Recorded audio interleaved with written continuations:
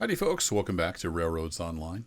Been busy running stuff back and forth, trying to earn some money, and I don't have quite enough yet for another engine. But I thought I'd take you up the new track I made here. I made a cutoff for bringing ore down from the iron mine, so it comes down kind of along the river at a much steeper angle. So we'll check that out. I just brought a load of iron ore down and I've dropped it off at the smelter, and now I'm headed back up. That's the new cutoff.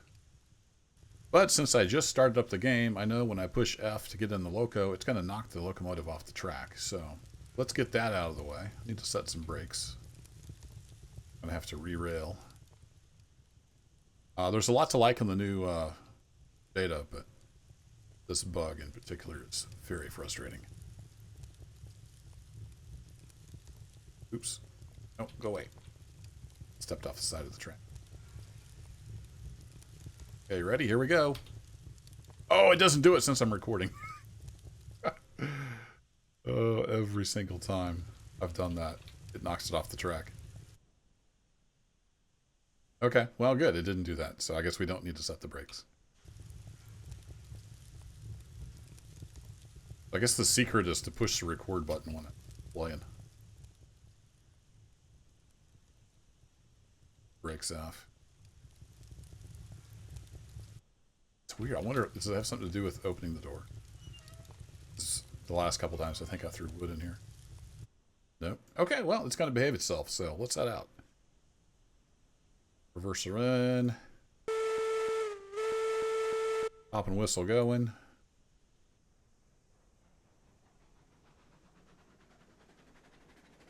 I have no trouble here. It's just 4 empty ore cars. So I finally found a route I was happy with, and this is super steep, so it's just for bringing ore down and then hauling the empties back up. I think the ruling grade up this route is 5%. Of course, with the curves and stuff, it's going to be a little bit different.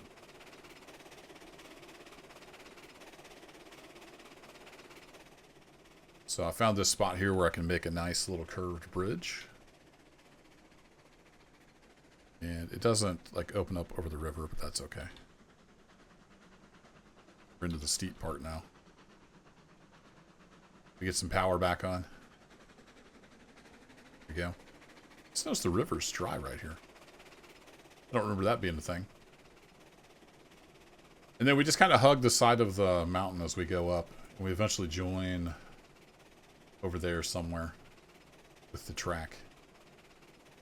I used the creosote version of the Bridge 2 here. It's called Bridge 2. Gives it a nice kind of worn look.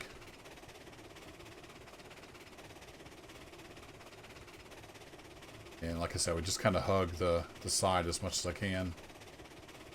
Use the stone retaining wall where it kind of seemed to make sense. A little bit of Bridge 1 here.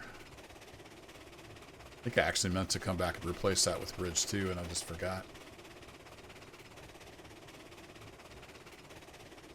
So it's a pretty nice scenic route. There's a lot of trestle, but it's not like in the skies. It kind of sort of makes sense. I'm using that excuse. Oh, there's a big section right here. But basically, I just kind of guesstimated where I could join over here with a switch. Then just came down 5%. It matched up pretty well. So not that much elevation difference with the regular steep line.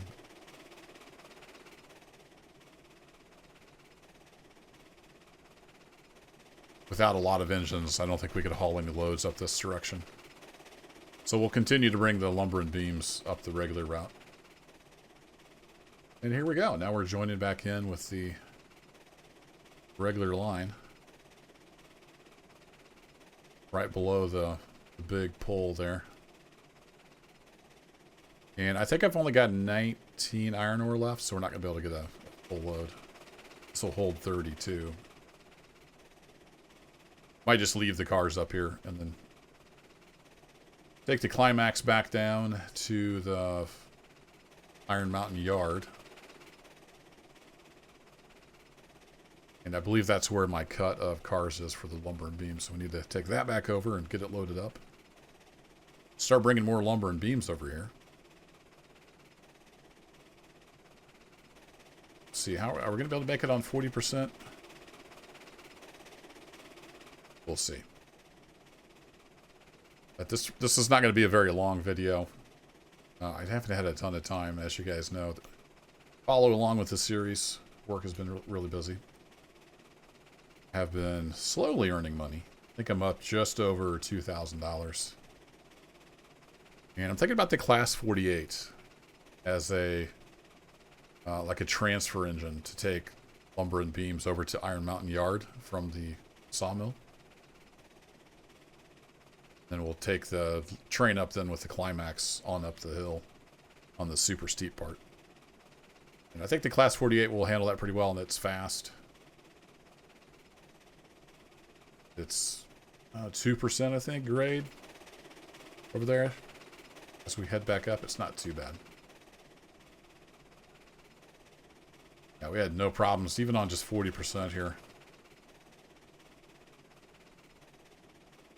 We'll say it is a nice, lovely, scenic route. Perfect for F12s. I removed all the trees when I was laying out that new steep branch. And the mountains look pretty good too, even with no trees. I kind of like to see fewer trees on the mountains, especially where they grow out of the rock. It's kind of weird.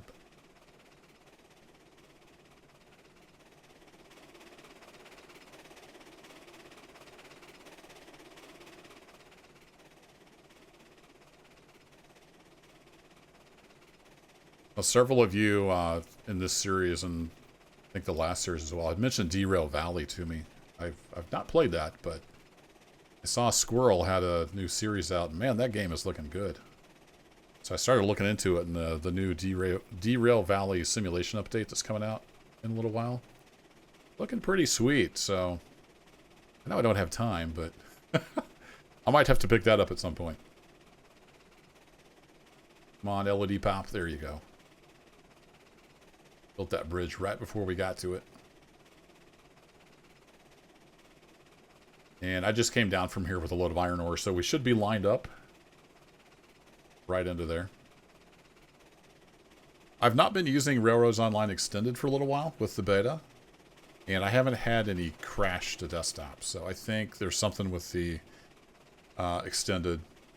When it injects itself, it's causing some issues. Hopefully they'll get that straightened out. It is a fantastic tool.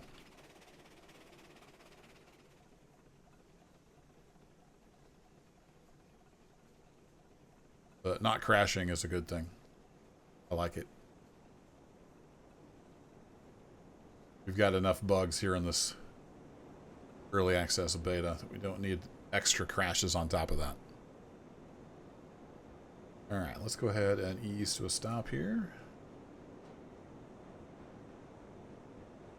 Yeah, we got 19 iron ore left. We're out of basically everything.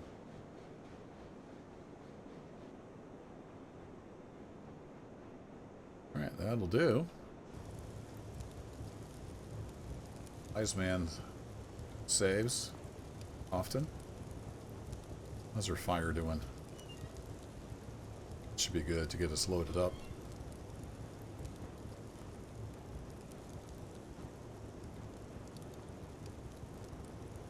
Oh, down. There you go.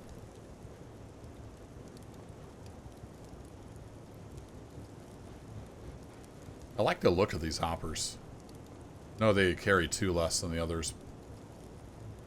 I think for iron ore it kind of makes sense. We'll use the other hoppers when we get to the coal mine. If we get to the coal mine. Now with the bugs and everything, this game has been a little frustrating. Well, go, turn it off. Waste any. There we go. Just in time to drop the last one in. Alright, brakes off.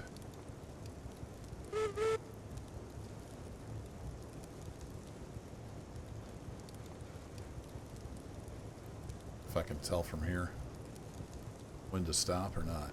Maybe. And stop. Oh, look at that. Perfection.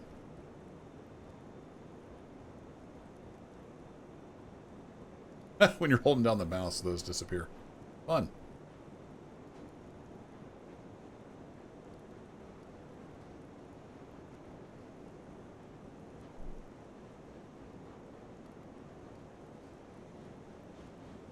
Not sure what these are.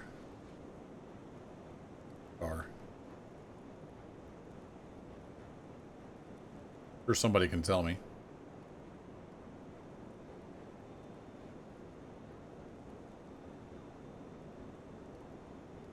Yeah, it should be 8.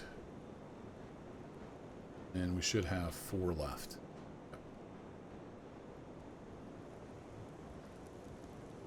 Look like rollers of some kind, but I don't know. I don't know what purpose they would serve. If you know, let me know in the comments. A lot of you know this equipment pretty well.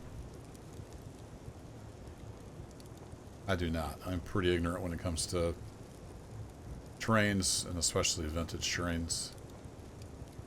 I do have some experience with steam, because like I've said in the past, my dad was really into steam. So he built several steam engines, and we had steam engines around when I was a kid. So I've ran steam, but not locomotives. They were traction engines. The big one we had sawed our winter wood with it. Works really good for running a wood saw.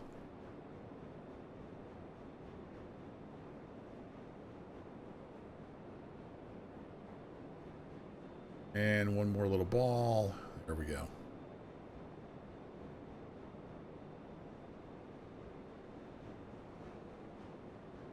Alright, we'll leave this cut here. And we don't even really need brakes. With the rolling friction we've got, I've stopped this train on like a 3% grade. And it just stopped. Didn't even need any brakes. It would just sit there on the grade.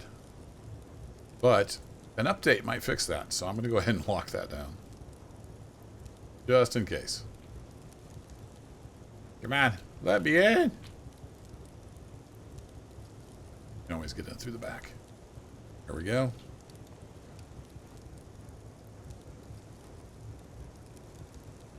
It takes about 6% to overcome the stiction. I miss my fast run speed. Extended. Oh, I need to fix that. Somebody pointed that out in the comment. The floating bumper there. I need to fix that. Ooh, she's getting right with it.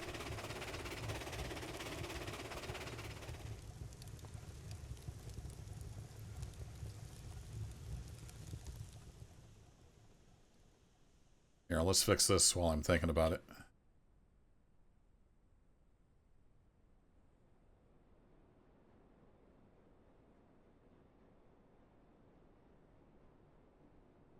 That's probably close enough. And then there's a way. I found a way. Come over to this side. We can kind of get it the right height if you move your mouse just right.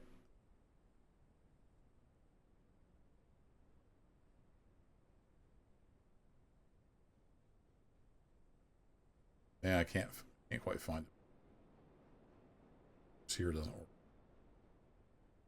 The other bumpers I've done, I found a spot that worked great for getting it lined up. Let me try in the... There we go. Come on.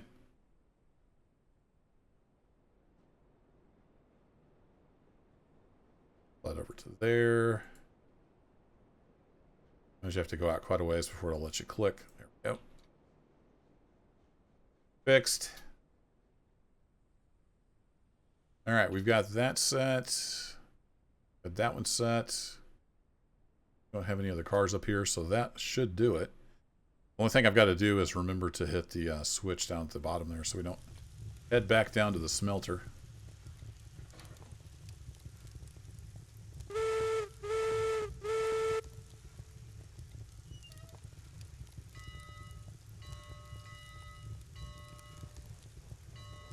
Bring her on back.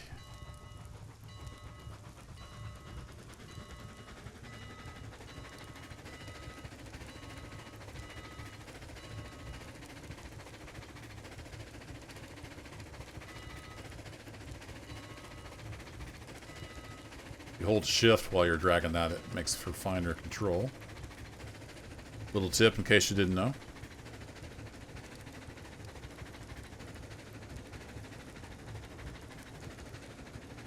About 4.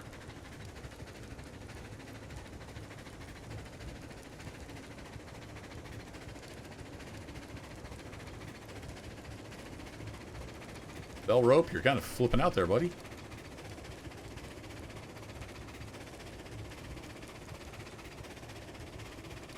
That one's aligned. The other one should switch for us.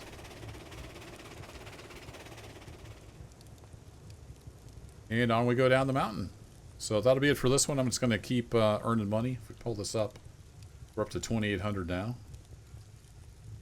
What did I drop off? Oh yeah, I unloaded that ore. That batch of ore. We're getting there. I'm pretty sure the class 48. So I need a little bit of go-go juice. Pretty sure the class 48 was 3,500. Class 48. Yeah, 3,500. I don't think I'll change. There's nothing to change except smokestack. I like the straight stack anyway. So I think this will be the next purchase. Several people have recommended it. See how it goes. So we're just cruising on up to 3,500 bucks. Whee!